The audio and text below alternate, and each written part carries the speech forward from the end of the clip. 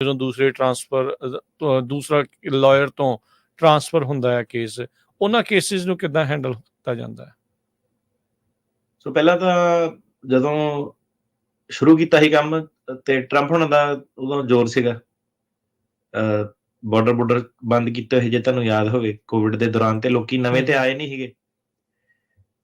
ਤੇ ਇਹ business immigration 'ਚ ਵੀ ਆਪਣਾ ਏਦਾਂ ਹੀ ਰਿਹਾ ਕਿ ਜਿੱਦਾਂ ਇਮੀਗ੍ਰੇਸ਼ਨ ਔਖੀ ਹੋ ਗਈ, ਸਟ੍ਰਿਕਟ ਹੋ ਗਈ, ਉਦਾਂ ਸਾਡਾ ਕੰਮ ਵੱਧ ਗਿਆ। ਕਿਉਂਕਿ ਜਿਹੜਾ ਕੰਮ ਆ ਸਾਰਾ ਉਹ ਟੈਕਨੀਕਲ ਆਰਗੂਮੈਂਟਸ ਉਹਦੇ ਉੱਤੇ ਬੇਸਡ ਆ, ਉਹ ਕੋਈ ਹੋਰ ਚੀਜ਼ ਤੇ ਬੇਸਡ ਨਹੀਂ ਸੀਗਾ। ਸੋ ਸਾਰੇ ਕੇਸ ਜਿਹੜੇ ਤਕਰੀਬਨ ਇਨੀਸ਼ੀਅਲੀ ਪਹਿਲਾਂ ਸ਼ੁਰੂ ਕੀਤੇ ਤਾਂ ਉਹ ਸਾਰੇ ਇਹੀ ਸੀਗੇ, ਜਿਹੜੇ ਕਿ 2 ਵਕੀਲ ਬਦਲ ਕੇ 3 ਵਕੀਲ ਬਦਲ ਕੇ ਖਰਾਬ ਕੀਤੇ ਹੋਏ ਕੇਸ, ਜਿੱਦਾਂ ਕੋਈ ਪੇਪਰ ਗਲਤ ਆ, ਕੋਈ ਐਫੀਡੇਵਿਟ ਗਲਤ ਆ।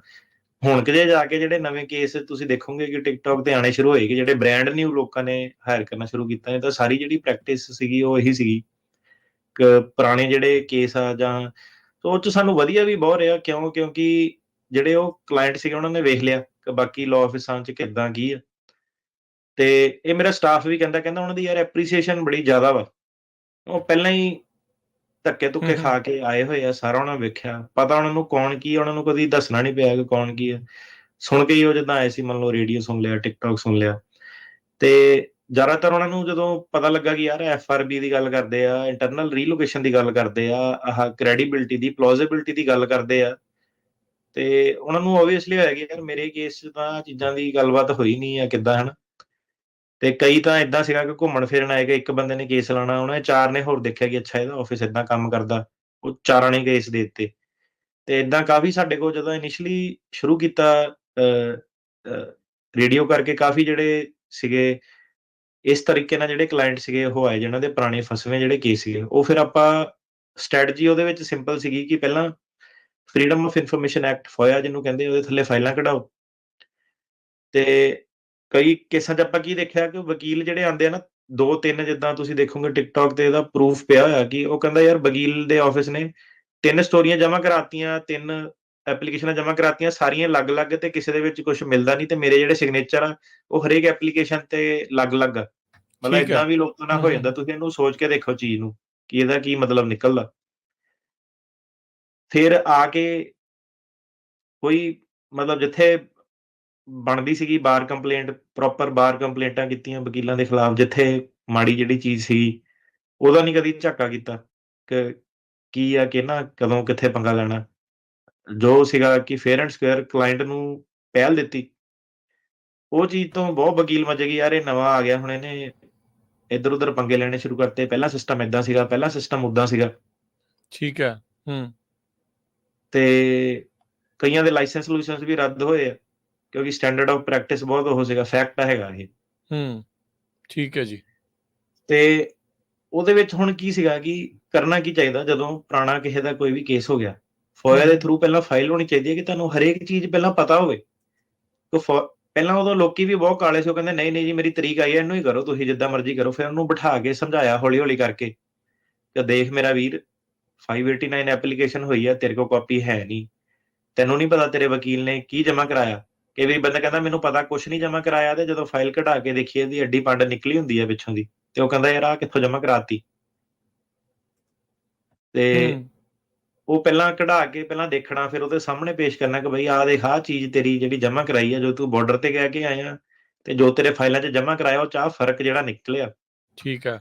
ਤਾਂ ਕਰਕੇ ਜਦੋਂ ਇਹ ਲੋਕੀ ਕੋਰਟ ਦੇ ਵਿੱਚ ਗਏ ਨਾ ਆਪਣੇ, ਤੇ ਇੱਕ ਹੁੰਦਾ DAR, ਡਾਰ ਹੁੰਦੀ ਆ, ਐਡਮਿਨਿਸਟ੍ਰੇਟਿਵ ਰੈਕੋਰਡ ਹੁੰਦਾ, ਉਹ 'ਚ ਸਾਰੀ ਤੁਹਾਨੂੰ ਆਡੀਓ ਮਿਲ ਜਾਂਦੀ ਹੈ ਕਿ ਕੋਰਟ ਕਚਹਿਰੀ 'ਚ ਕੀ ਹੋਇਆ। ਕਿਉਂਕਿ ਜਿਹੜੇ ਜੱਜ ਆ ਨਾ, ਉਹ ਕਹਿੰਦੇ ਰਿਕਾਰਡ ਨਹੀਂ ਤੁਸੀਂ ਕਰ ਸਕਦੇ ਕੋਰਟ ਦੇ ਵਿੱਚ, ਪਰ ਸਾਡੇ ਕੋਲ ਕੋਰਟ ਦੀ ਜਿਹੜੀ ਫਾਈਲ ਉਹ ਕਢਾ ਸਕਦੇ ਆ। ਸੋ ਉਹਨਾਂ ਨੂੰ ਜਦੋਂ ਦਿਖਾਇਆ ਪਲੇ ਕਰਕੇ, ਉਹਨਾਂ ਨੂੰ ਜਿੱਦਾਂ ਆਪਣੇ ਆਫਿਸ ਦੀ ਆਡੀਓ ਸੁਣਾਣੀ ਸਾਰੀ, ਆਹ ਦੇਖ ਏਦਾਂ ਹੋਇਆ। ਉਹ ਬੰਦੇ ਨੇ ਫਿਰ ਸ਼ਾਂਤ ਹੋ ਜਾਣਾ ਆਪਣਾ ਆਪ ਹੀ, ਅੱਧੇ ਕੁ ਦਿਨ ਦੀ ਜਿੱਦਾਂ ਰਿਕਾਰਡਿੰਗ ਸੁਣ ਕੇ ਕਿ ਅੱਛਾ ਯਾਰ ਹੁਣ ਮੈਨੂੰ ਪਤਾ ਲੱਗਾ ਕਿ ਕੀ ਗੱਲ ਕਹਿ ਰਹੇ ਆ। ਫਿਰ ਉਹਨੇ ਕੰਪੇਅਰ ਕੀਤਾ ਕਿ ਯਾਰ ਬਾਹਰ ਮੇਰਾ ਸੱਜਣ ਮਿੱਤਰ ਕੀ ਕੰਨ ਭਰ ਰਿਹਾ, ਤੇ ਐਕਚੁਅਲ ਦੇ ਵਿੱਚ ਜਿਹੜੀ ਚੀਜ਼ ਆ ਉਹ ਹੈ ਕੀ ਆ, ਮਸਲਾ ਕੀ ਆ, ਹਨਾ। ਸੋ ਫਿਰ ਉਹਨੂੰ ਕਿਹਾ ਕਿ ਤੂੰ ਬਈ ਦੱਸ ਆਪਣਾ ਕੀ ਤੇਰੇ ਨਾਲ ਹੋਈ ਆ, ਕਿੱਦਾਂ ਹੋਇਆ, ਕੱਲੀ ਕੋਈ ਚੀਜ਼, ਆਹ ਚੀਜ਼ ਗਲਤ ਕਿਉਂ ਲਿਖੀ ਆ। ਤੇ ਉਹ ਤੁਸੀਂ ਦੇਖੋਗੇ ਕਿ ਕਿੰਨੇ ਸਾਰੇ ਕੇਸ ਆ ਜਿਹੜੇ ਨਾ, ਉਹ ਕਹਿੰਦੇ ਕਿ ਯਾਰ ਬਿਆਨ ਜਮਾਂ ਹੀ ਗਲਤ ਸੀਗੇ, ਉਹ ਵੀ ਕੇਸ ਤੁਸੀਂ ਪਾਸ ਕਰਾਤੇ। ਉਹਦਾ ਰੀਜ਼ਨ ਇਹ ਹੈ, ਜਾ ਕੇ ਫਿਰ ਜਦੋਂ ਕਲਾਇੰਟ ਨੇ ਆਪ ਮਿਹਨਤ ਕੀਤੀ ਆਪਣੇ ਕੇਸ 'ਚ, ਆਪ ਆਪਣੀ ਜਾਨ ਛਿੜਕੀ ਤੇ ਆਇਆ, ਤੇ ਸਾਡੀ ਜਿਹੜੀ ਸੀਗੀ ਉਹ ਸਿਰਫ ਲਾਇਰ ਵਾਲੀ ਹੈਲਪ ਹੁੰਦੀ ਹੈ ਕਿ ਟੈਕਨੀਕਲ ਜਿਹੜੀ ਆਰਗੂਮੈਂਟ ਕਿੱਦਾਂ ਰੇਜ਼ ਕਰਨੀ ਹੈ। ਉਹ ਫਿਰ ਬੰਦਾ ਜਦੋਂ ਬੋਲਦਾ ਜੱਜ ਮੂਹਰੇ ਉਹ ਕ੍ਰੈਡੀਬਲ ਲੱਗਦਾ। ਜੱਜ ਜਿਹੜੇ ਤਕਰੀਬਨ ਫਿਰ ਜਦੋਂ ਉਹਨੂੰ ਲੱਗਦਾ ਕਿ ਯਾਰ ਇਹ authentic ਆ, ਇਹ ਬੰਦੇ ਸਹੀ ਬੋਲ ਰਹੇ ਆ, ਤੇ ਉਹ ਜਿਹੜੇ ਉਹ ਬਿਆਨ ਨੂੰ weight ਨਹੀਂ ਇੰਨਾ ਦਿੰਦੇ ਕਿ ਪੁਰਾਣੇ ਜਿਹੜੇ ਗਲਤ ਆ, inconsistencies ਆ, ਉਹਨੂੰ ਜ਼ਿਆਦਾਤਰ ਜੱਜ ਇਹ ਕਹਿੰਦੇ ਕਿ ਮੈਂ ਸੈਟਿਸਫਾਈ ਹਾਂ ਕਿ ਇਹਨਾਂ ਨੇ inconsistencies ਜਿਹੜੀਆਂ ਸੀਗੀਆਂ ਐਕਸਪਲੇਨ ਕਰਤੀਆਂ।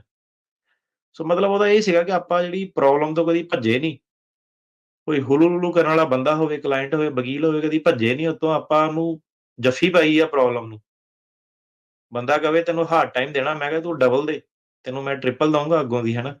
ਸੋ ਉਹ ਵਾਲੀ ਜਿਹੜੀ ਅਪਰੋਚ ਸੀਗੀ ਸਿਸਟਮ ਦੇ ਨਾਲ ਜੂਝਣ ਦੀ, ਸਾਰਾ ਜਿਹੜਾ ਸੀਗਾ, ਹੁਣ ਤੁਸੀਂ ਦੇਖੋ ਕਿ ਜਦੋਂ ਸਿਸਟਮ ਦੇ ਵਿੱਚ ਆਏ ਸੀਗੇ, ਉਹ ਕਹਿੰਦੇ ਸੀ ਯਾਰ ਤੇਰੇ ਨਾ ਹਰਿਆਣੇ ਵਾਲੇ ਕਲਾਇੰਟ ਨਹੀਂ ਆਣੇ, ਈਮੇਲ ਨਾਲ ਪਸੰਦ ਨਹੀਂ ਕਰਦੇ, ਤੇ ਜ਼ਿਆਦਾਤਰ ਦੂਜੇ ਵਕੀਲਾਂ ਕੋਲ ਜਾਣੇ ਆ। ਮੈਂ ਕਿਹਾ ਕੋਈ ਨਹੀਂ, ਰੁਕ ਜਾ ਥੋੜੀ ਦੇਰ, ਜਦੋਂ ਚੱਕਾ ਵਾਪਸ ਘੁੰਮਣਾ 2 ਸਾਲ ਆਣੇ ਆ, ਸਾਰੇ ਆਣੇ।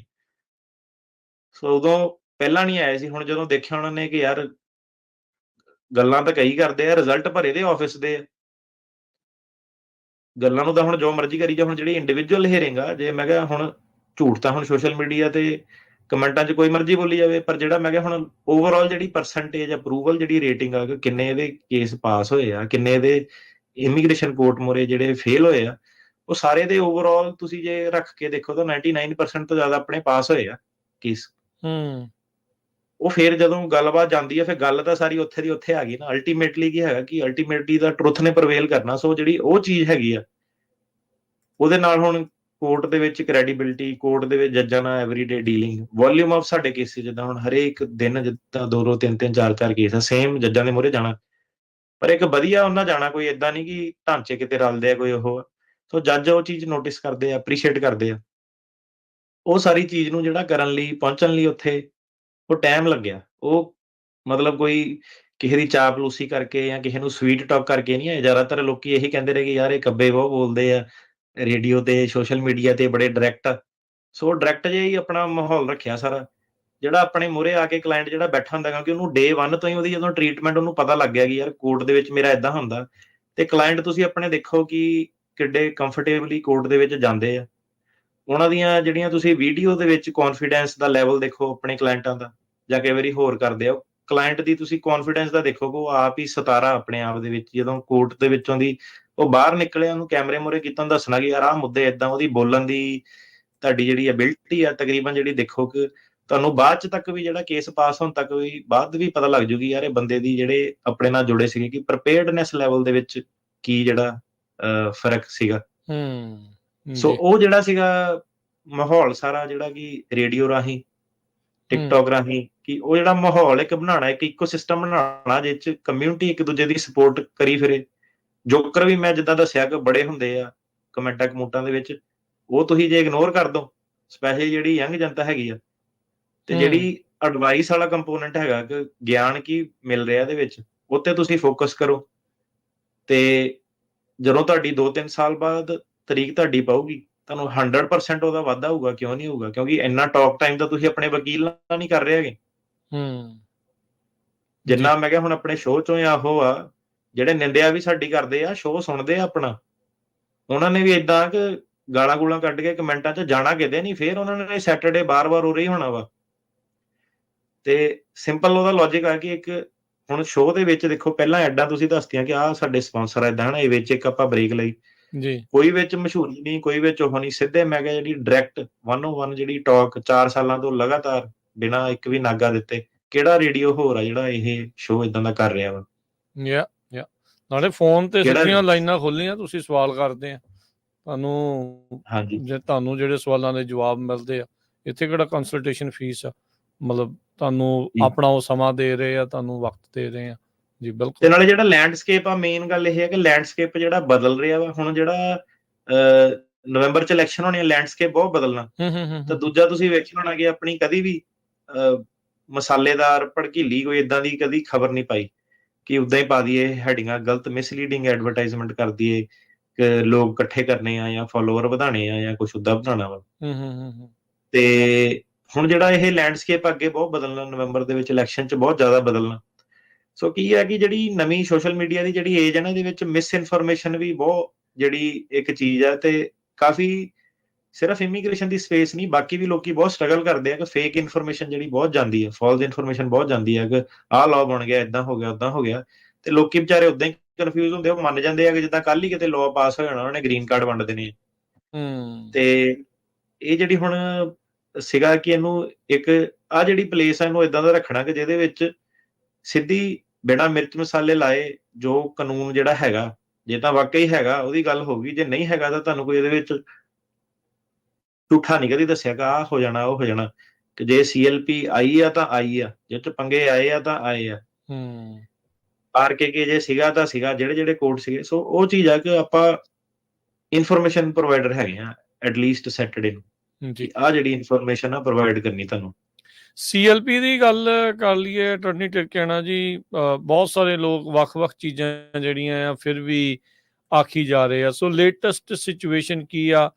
ਇਹ ਜਿਹੜਾ ਮਈ 2023 ਤੋਂ ਬਾਅਦ ਦੇ ਵਿੱਚ ਕਿ 2024 ਤੋਂ ਬਾਅਦ ਸੀਗਾ ਜਿਹੜਾ ਇਹਨਾਂ ਨੇ ਚੇਂਜ ਕੀਤਾ? ਮਈ 11 2023 ਤੋਂ ਬਾਅਦ। 23 ਤੋਂ ਬਾਅਦ ਦੇ ਵਿੱਚ ਉਹ ਜਿਹੜੇ ਕੇਸ ਹੁਣ ਹੌਲੀ-ਹੌਲੀ ਅਦਾਲਤਾਂ ਦੇ ਵਿੱਚ ਵੀ ਜਿਹੜੇ ਉਹ ਆ ਰਹੇ ਹੋਣਗੇ, ਉਹਨਾਂ ਦੀਆਂ ਵੀ ਤਰੀਕਾਂ ਜਿਹੜੀਆਂ ਆਉਣੀਆਂ ਸ਼ੁਰੂ ਹੋ ਰਹੀਆਂ ਹੋਣਗੀਆਂ।